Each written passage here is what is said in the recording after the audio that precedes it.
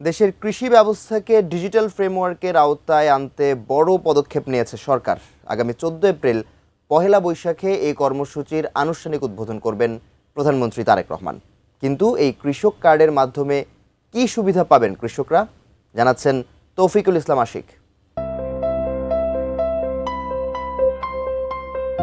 বাংলার কৃষক বাংলার প্রাণ, এই স্লোগানকে সামনে রেখে কৃষক কার্ড চালু করতে যাচ্ছে সরকার। রোববার সকাল 11টায় বাংলাদেশ সংসদ সচিবালয়ে অনুষ্ঠিত উচ্চ পর্যায়ের এক বৈঠকে প্রধানমন্ত্রী তারেক রহমান কৃষি খাতের এই বৈপ্লবিক প্রকল্পের সবুজ সংকেত দেন। বৈঠকে কৃষিমন্ত্রী আমিনুর রশিদ এবং প্রতিমন্ত্রী সুলতান সালাউদ্দিন টুকু সহ সরকারের শীর্ষ নীতি নির্ধারকরা উপস্থিত ছিলেন।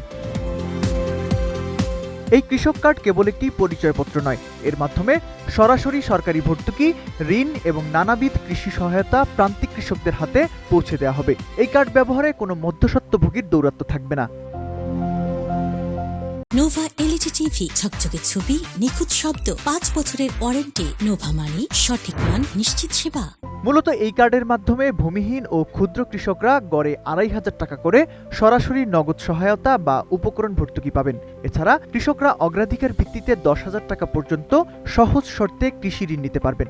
সারের দোকান থেকে শুরু করে বীজ ডিলার, যে কোনো কৃষি উপকরণ ক্রয়ে এই কার্ড ব্যবহার করে স্বচ্ছতা নিশ্চিত করার পরিকল্পনা করছে সরকার। ডিজিটাল এই প্ল্যাটফর্মের আরও একটি বড় সুবিধা হলো স্মার্ট পরামর্শ। কৃষকরা সরাসরি তাদের মোবাইল ফোনে আবহাওয়ার আপডেট, বাজারের সঠিক দর এবং ফসলের রোগবালাই দমনে বিশেষজ্ঞ পরামর্শ পাবেন।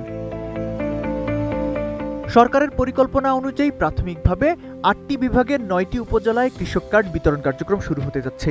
নির্বাচিত এই উপজেলাগুলো হলো টাঙ্গাইল সদর, জামালপুরের ইসলামপুর, বগুড়ার শিবগঞ্জ, পঞ্চগড় সদর, ঝিনাইদহের শৈলকুপা, পিরোজপুরের নেসারাবাদ, মৌলভীবাজারের জুড়ি, টেকনাফ এবং কুমিল্লা সদর। পাইলট প্রকল্পের এই সফলতার ভিত্তিতে আগামী 4 বছরের মধ্যে সারা দেশের সকল কৃষকের হাতে পৌঁছে যাবে এই কার্ড। তৌফিকুল ইসলাম আশিক, এটিএন নিউজ।